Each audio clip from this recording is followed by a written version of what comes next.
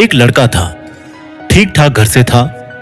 पता नहीं उसके मन में ऐसी क्या जची कि उसने ठान लिया कि उसको यूपीएससी क्लियर करना है, उसको आईएएस ऑफिसर बनना है। उस लड़के ने जोश में आके बहुत सारी बुक्स खरीद ली। उसने यूट्यूब पर बहुत सारे स्टडी चैनल्स को सब्सक्राइब कर लिया। उसने बहुत सारे ऑनलाइन कोर्सेज का सब्सक्रिप्शन ले लिया। वो नए शहर में सेटल हो गया।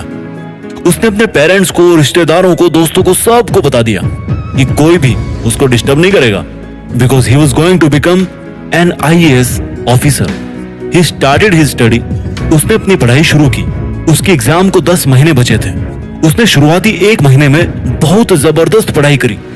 He used to sleep only 4 hours, 5 hours a day.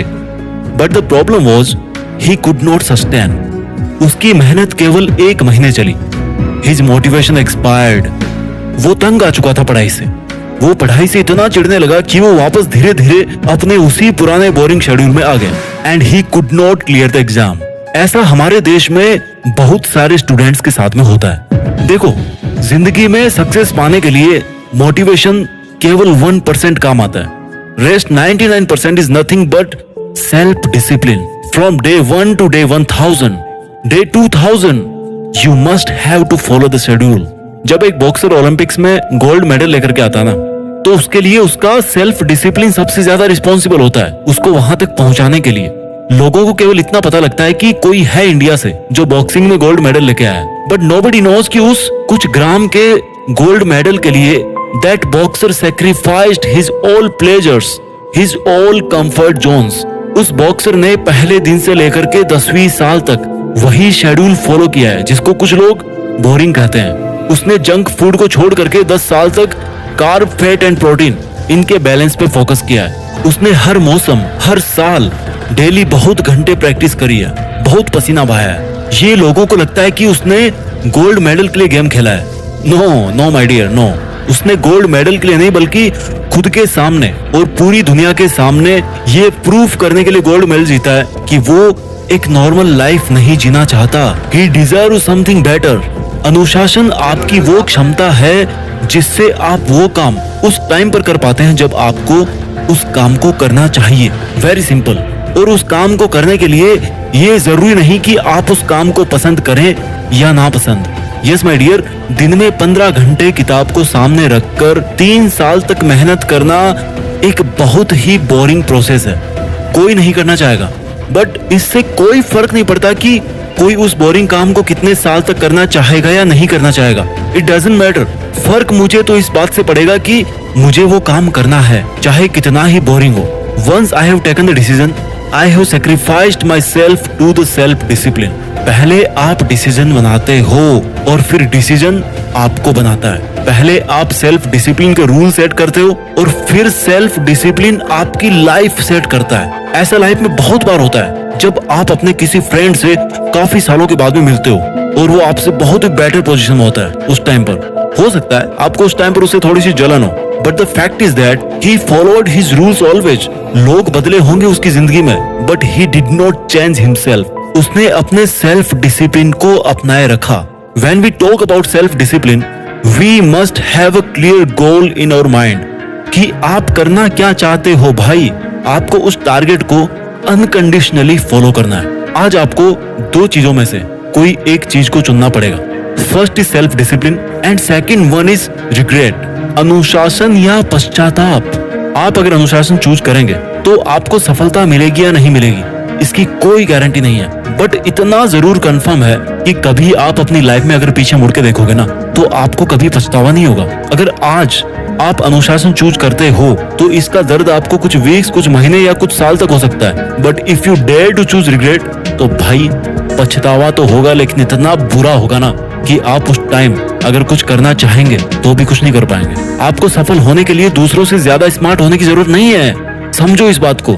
आपको सक्सेसफुल होने के लिए दूसरों से ज्यादा सेल्फ डिसिप्लिन्ड होने की जरूरत है। जब कोई आर्मी में भर्ती होता है ना तो उसको सबसे पहला अगर कोई पार्ट पढ़ाया जाता है तो वो है सेल्फ डिसिप्लिन का। Discipline to perform his duty at any place, at any situation, at any cost. तब जाकर वी विन अ वॉर। और जो हमारी ये लाइफ है ना, this is also not less than a war. इसमें गोलियां नहीं चलती, खून खराबा नहीं होता, but a war is a war. और जिंदगी के इस युद्ध का असली विजेता बनने के लिए अगर आपको सबसे पहले कुछ सीखना है, that is only self discipline. Now question comes, how to become self discipline. Step number 1, सबसे जरूरी चीज है सेल्फ डिसिप्लिन को बनाने के लिए गोल सेटिंग। आपकी लाइफ का एक लक्ष्य निर्धारित कीजिए। आपको क्या लगता है आपको लाइफ में क्या करना चाहिए? आपको क्या लगता है कि कौन सी चीज आपकी लाइफ में सबसे ज्यादा जरूरी है?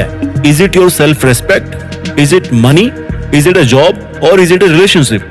कोई भी आपका लक्ष्य हो, it doesn't matter. Step number 2, मुझे ये काम करना चाहिए। इस वाक्य से निकल के आप इस लाइन पे आइए कि मैं ये काम कर रहा हूं। द मोमेंट यू रियलाइज कि आपको ये काम करना चाहिए, you must not wait for anything. आपको अपने उस आइडिया पर काम करना शुरू कर देना है at that very very very first moment. जो रेस में सबसे पहले स्टार्ट करता है ना, उसके चांसेस भी ज्यादा होते हैं सबसे आगे रहने के, सब्जेक्टेड टू हिज परसिस्टेंस। यानी कि लगातार काम करने की जो आदत होती है ना, वो ही रेस में सबसे ज्यादा आगे आपको लेकर के जाती है। Step number 3, create a deadline. जब कोई रेस शुरू होती है तो जो दौड़ने वाला होता है उसके सामने एक टारगेट होता है कि वो रेस 100 मीटर की है या 10 किलोमीटर की है। उस रनर की तैयारी और माइंडसेट भी उसी तरह से होता कि वो अपने आप को मेंटली तैयार कर सके।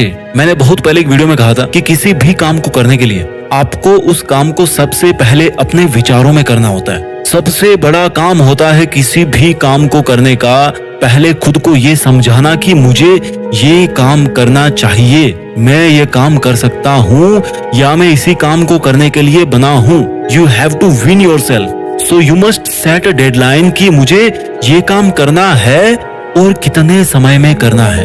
हो सकता है आपका लॉन्ग विजन हो 10 साल का, हो सकता है आप वहां पर 5 साल में पहुंच जाओ, बहुत अच्छी मेहनत थी आपकी, या हो सकता है आप 20 साल में भी ना पहुंचो, बट रफली you must set a target कि यार ये काम मुझे 10 साल में करना है।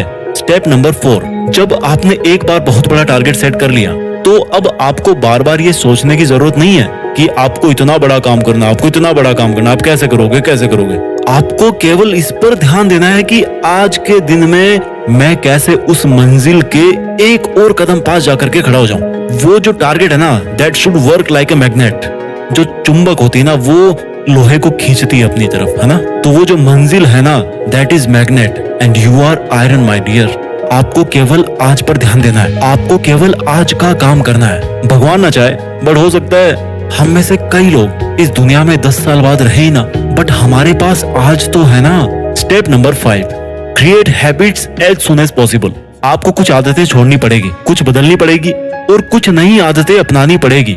आप एक पेपर लीजिए, जानता हूँ बहुत बोरिंग काम, आजकल कोई नहीं लिखता पेपर पे, ठीक है मोबाइल में लिख लो। वहां पे आप नोट करो कि आपके अंदर आज की डेट में क्या क्या अच्छी आदतें हैं जिनको आपको और बेटर बनाना है, कौन सी बुरी आदतें हैं जो आपको कंप्लीटली छोड़ देनी है, और ऐसी कौन सी आदतें हैं जो आपके फील्ड में बड़े लोगों के पास थी लेकिन आपके अंदर में नहीं है। बिकॉज आपको अगर उस लेवल तक जाना है तो आपको अपनी आदतों में भी बदलाव लाना पड़ेगा। टिप्स नंबर 6, सबसे important, be responsible, be honest.